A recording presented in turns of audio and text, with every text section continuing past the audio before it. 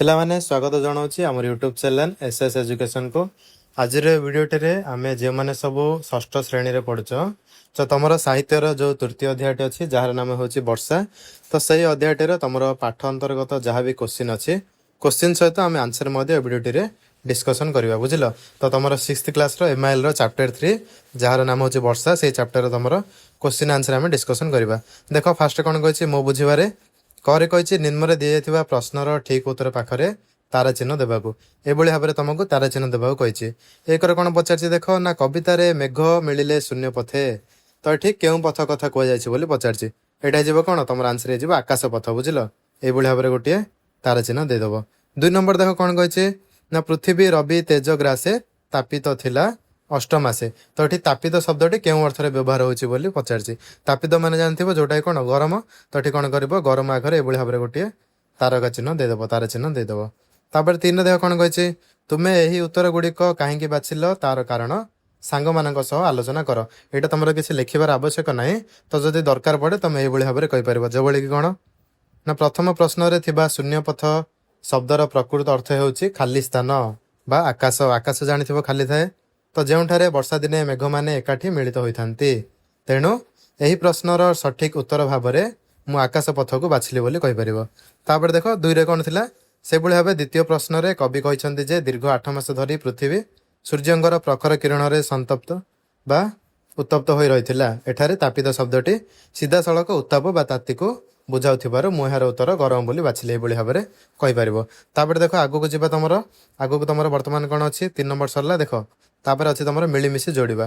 ତ ଏଠି ଦେଖ କ'ଣ କହିଛି ତମର ଏଠି କେତେ ଗୁଡ଼ିଏ ପଦ ସମୂହ ଦେଇଛି, ଏଠି ସେଇ ଶବ୍ଦର ଭାବାର୍ଥ ଦେଇଛି। ଦେଖ ଏଠି ତମର କେତେ ଗୁଡ଼ିଏ କବିତାର ପଦରେ କ'ଣ ଦେଖ ଏଭଳି ଭାବରେ ଗାର ଦେଇଛି ହେଲା। ତ ଏଇ ରେଖାଙ୍କିତ ପଦ ଯେଉଁଠି ଅଛି ତାର ତମେ ଅର୍ଥଟା ବୁଝିକି ଲେଖିବ। ଦେଖ ଏଠି କ'ଣ କହିଛି ଜଳ ପାଇଲା ତୋଷ ଚିତେ ତପସ୍ୱୀ ଜନଙ୍କର ମତେ, ତ ଏଠି ତମକୁ ତୋଷ ଚିତେ ଶବ୍ଦର ଅର୍ଥ ପଚାରିଛି। ତୋଷ ଚିତ୍ର ଅର୍ଥ ହେଇଯିବ କ'ଣ ନା ସନ୍ତୋଷ ମନରେ ବୁଝିଲ। ଏଇଭଳି ଭାବରେ ତମେ କ'ଣ କରିବ ନା ଗାର ଟାଣିଦେବ। ତାପରେ ଦେଖ କ'ଣ କହିଛି ଅଦ୍ୟତ କୀଟ ନିଶା ମୁଖେ ଜଗତ ଅବରିଲା ସୁଖେ। ନିଶା ମୁଖେ ମାନେ ଜାଣିଥିବ ନିଶା ମାନେ ରାତ୍ରି, ମୁଖେ ମାନେ ରାତ୍ରି ହେବା ପୂର୍ବରୁ, ତ ସେଇଟା ଆମର କ'ଣ ଯେଉଁଟାକି ସନ୍ଧ୍ୟା ସମୟରେ କହିପାରିବା।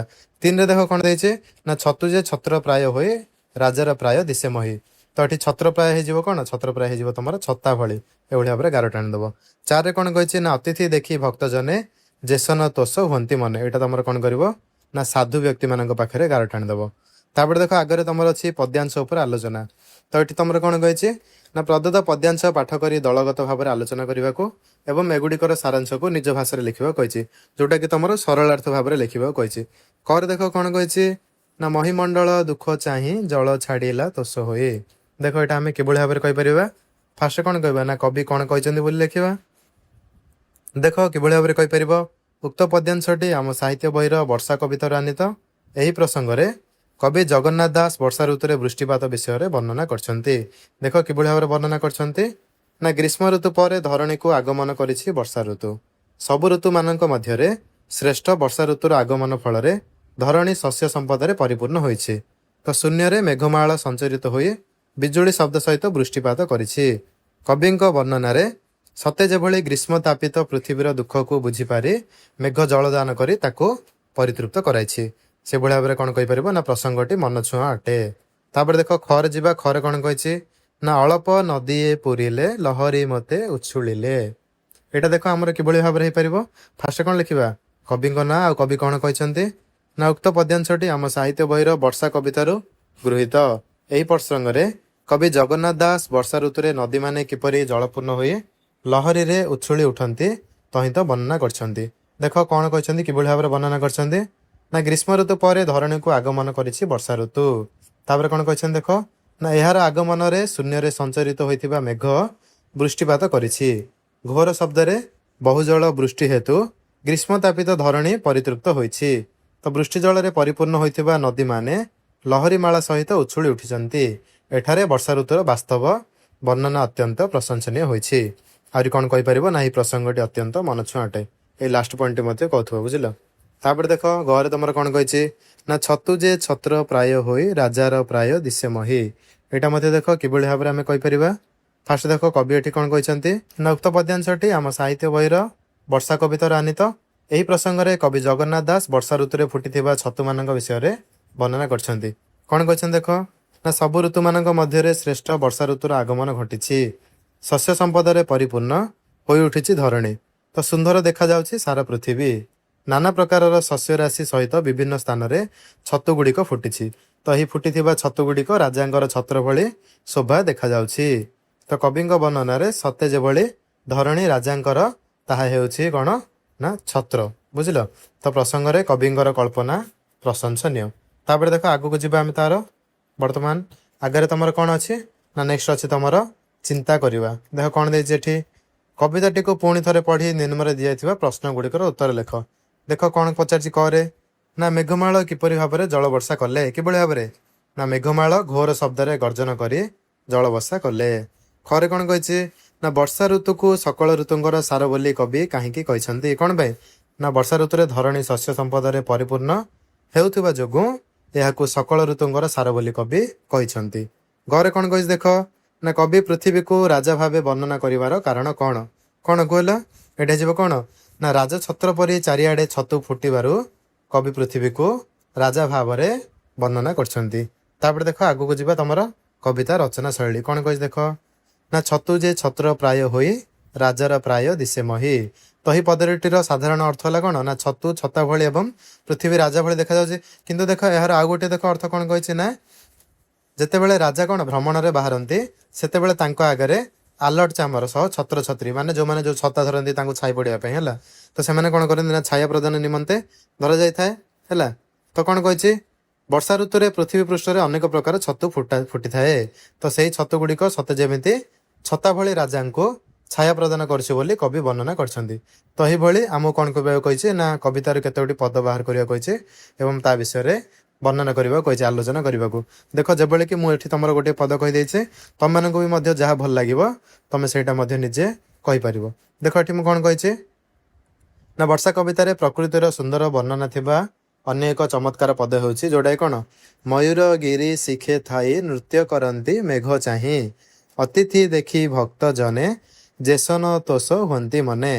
ଦେଖ କ'ଣ ଏଠି କୁହାଯାଇଛି ନା ଏହି ପଦଟିରେ କବି ବର୍ଷା ଦିନ ପର୍ବତ ଶିଖରରେ ମୟୂରମାନଙ୍କୁ ଦେଖି ଏଇଟା ହେଇଯିବ ହେଲା, ମୟୂରମାନଙ୍କୁ ଦେଖି ଆନନ୍ଦରେ ନାଚୁଥିବା ମୟୂରମାନଙ୍କ କଥା ଅତି ନିଖୁଣ ଭାବରେ ବର୍ଣ୍ଣନା କରିଛନ୍ତି। କ'ଣ କହିଛନ୍ତି ଦେଖ ନା ଏହାର ପ୍ରକୃତ ଭାବାର୍ଥ ହେଉଛି ଆମ ଘରକୁ କୌଣସି ଅତିଥି ଆସିଲେ ଲୋକେ ଯେପରି ଖୁସି ହୋଇଥାନ୍ତି ଠିକ୍ ସେହିପରି ଆକାଶରେ ନୂଆ ମେଘକୁ ଦେଖି ମୟୂର ଆନନ୍ଦରେ ନାଚି ଉଠିଥାଏ। ତ ଏଠାରେ କବି ମେଘକୁ ଜଣେ ଅତିଥି ଏବଂ ମୟୂରକୁ ତାଙ୍କ ସ୍ୱାଗତ କରୁଥିବା ଆନନ୍ଦିତ ବ୍ୟକ୍ତି ବା ଭକ୍ତ ସହିତ ତୁଳନା କରିଛନ୍ତି। ତ ପ୍ରକୃତିର ଏହି ଜୀବନ୍ତ ଦୃଶ୍ୟ ସହିତ ମଣିଷର ଆଚରଣକୁ କ'ଣ କୁହାଯାଇଛି ଏଠି ଯୋଡ଼ି କବି ନିଜର ଶ୍ରେଷ୍ଠ କଳ୍ପନା ଶକ୍ତିର ପରିଚୟ ଦେଇଛନ୍ତି। ଏଭଳି ରଚନା ଶୈଳୀ କବିତାର ବିଚାରକୁ ସୌନ୍ଦର୍ଯ୍ୟକୁ ବହୁଗୁଣିତ କରିବା ସହିତ ପାଠକମାନଙ୍କ ମନରେ ଏକ ଅପୂର୍ବ ଆନନ୍ଦ ଭରି ଦେଇଛି। ବୁଝିଲେ? ଏଇଭଳି ଭାବରେ ତମେ ଗୋଟିଏ ପଦ ଲେଖିପାରିବ, ନହେଲେ କ'ଣ ତମେ ଆଉ କ'ଣ ବି ଲେଖିପାରିବ। ତାପରେ ଦେଖ କ'ଣ କହିଛି ଶବ୍ଦ ଏକ ଅର୍ଥ ଅନେକ। ଯେଭଳିକି ଦେଇଛି ଦେଖ ଘୋର ଶବଦେ ମେଘମାଳ ଗର୍ଜନ୍ତି ବରସନ୍ତି ଜଳ। ତ ଏଠି କ'ଣ କହିଛି ଦେଖ ନା ପଦଟିରେ ଜଳ ବରସିବା କଥା କୁହାଯାଇଛି। ତ ବରସିବା ଶବ୍ଦରେ ଅନେକ ସ୍ଥାନରେ ଭିନ୍ନ ଭିନ୍ନ ରୂପ ବ୍ୟବହାର ହୋଇଛି।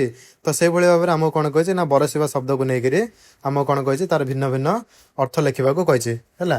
ଦେଖ ଆମେ କ'ଣ ଲେଖିପାରିବା ଅର୍ଥ ଲେଖିକି ବାକ୍ୟ ଲେଖିପାରିବା କହିଛି। ଦେଖ ଫାଷ୍ଟ ଆମେ କ'ଣ କରିବା ନା ମାଡ଼ ବରସିବା ଅର୍ଥକୁ ନେଇକି ଦେଖ ବରସିବା ଶବ୍ଦକୁ ନେଇକି କ'ଣ ହେଇପାରିବ ନା ଚୋର ଧରା ପଡ଼ିବାରୁ ଲୋକେ ତା ଉପରେ ମାଡ଼ ବରସା କଲେ। ତାପରେ କ'ଣ ଦେଖ ବରସିବାର ଆଉ କ'ଣ ହେଇପାରିବ ନା ଗାଳି ବରସିବା। ଦେଖ କ'ଣ ପରୀକ୍ଷାରେ ଖରାପ କରିଥିବାରୁ ସୋନୁର ବାପା ତା ଉପରେ ଗାଳି ବରସା କଲେ। ସେଭଳି ଭାବରେ ଆଉ କ'ଣ କହିପାରିବା ନା ସ୍ନେହ ବରସିବା। ଦେଖ ରାଜ୍ୟରେ ପ୍ରଥମେ 10 ଜଣଙ୍କ ମଧ୍ୟରେ ସ୍ଥାନ ପାଇଥିବାରୁ ତାଙ୍କ ସମ୍ପର୍କୀୟ ଉପରେ ସମସ୍ତେ ସ୍ନେହ ବର୍ଷା କଲେ। ବୁଝିଲେ? ଏଇଭଳି ଭାବରେ ବରସିବାର 3ଟି ଆମେ ନେଇକି କ'ଣ କଲେ ନା ବାକ୍ୟ ଗଠନ କଲେ। ତାପରେ ଦେଖ ଆଗକୁ ଯିବା।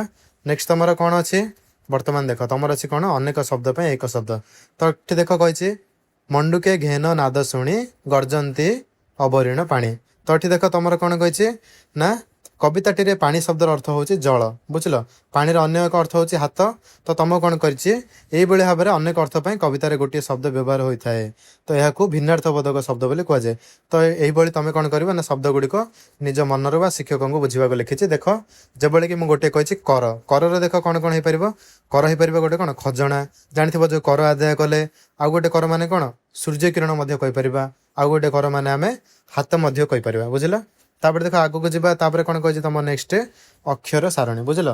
तो तुम बर्तमान आम कौन देखा ना अक्षर सारणी। अक्षर सारणी देख कौन कहछि तुम गोटे सारणी देछि तुम देख खाइले साइड कौन कर गोटे सारणी देछि तो सेठी केते गुडे अक्षर देछि तो तुम से अक्षर गुडी को बाछिके लिखिबो प्रश्नर उत्तर। देख फास्ट कौन कहछि ना अक्षर सारणी शब्द खोजी निम्न प्रश्न गुड़िकर उत्तर दियो बुझल। तुम ये शब्द देनी खाली अक्षर गुड़ाक देछि तुम कौन कर ना शब्द बाछिके लिखिबो। देख जेबोली कि आमर कौन कहछि एठी मयूर काहाकू देखी नाचे मयूर काहाकू देखी नाचे मेघ। तो देख ये आमर अच्छे देखुच ना मेघ तो ये लिखिपार कौन मयूर मेघ को देखी नाचे। देख ये भाव में तुम लिखिपार कि भाव में देख मुझे कहीदे तुम प्रश्न पचार कौन मयूर क्या देखी नाचे ये भाव में कहीपर।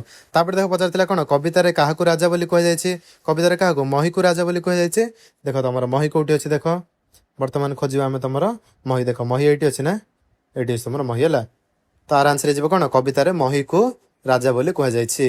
तापर देख गरे कौन कही गरे तुम कौन कही खद्य तो केते बेले उड़ी बुले खद्य तो केते बेले उड़ी बुले ना निशामुखी जानी तो बर्तमान आम खोजा तुम निशामुखी देख ये अच्छे तुम निशामुखी बुझल।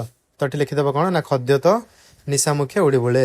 तापर देख कौन कही मेघ मैंने केउठी मिलित हुंती मेघ मैंने जानी कौटी मिलित हुंती ना शून्य पथे।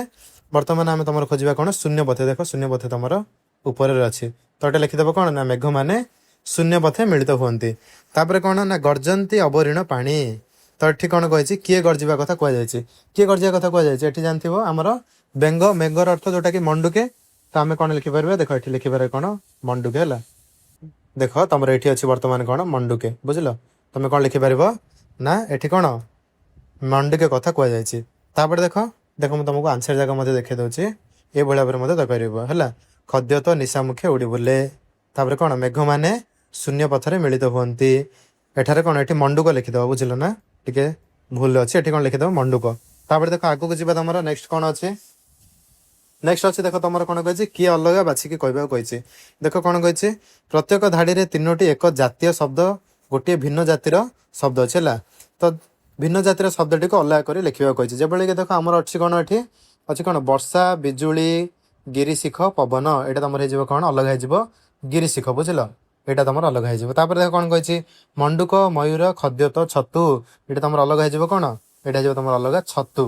तापर देख आगू को जीवा ये कौन कही ग्रीष्म काल वर्षा काल अतीत काल बसंत काल ये तुम अलग हो कौन अतीत काल कम ना एगुड़ाक कौन गोटे गोटे तुम ऋतु मात्र अतीत काल गोटे ऋतु कि यहाँ गोटे हो तुम काल जोटा कि अतीत काल वर्तमान काल भविष्य काल कहते तो ये तुम अलग हो अतीत काल बुझल। तापर आगू को देखा तुम आगू कौन अच्छे आगू पाठर बाहर एगुड़ाक तुम लिखा किसी आवश्यक ना तो जब शिक्षक कहते एगुड़ा तुम सब निजे ट्राए करने को चेष्टा कर बुझल। तो आशा करुच्ची भिडियोटी तुमको भल लगी आज भिडियोटी आम तुम जहाँ भी क्वेश्चन थिला क्वेश्चन सहित आंसर डिस्कसन कले भिडियोटी भल लगी लाइक करने को भूलें एवं चैनल को सब्सक्राइब करने भूलें। एभली तुमको नेक्स्ट क्यों चैप्टर क्वेश्चन आंसर डिस्कसन करार अच्छे तुम कमेंट मध्यम मते जन पार बुझल। चलो।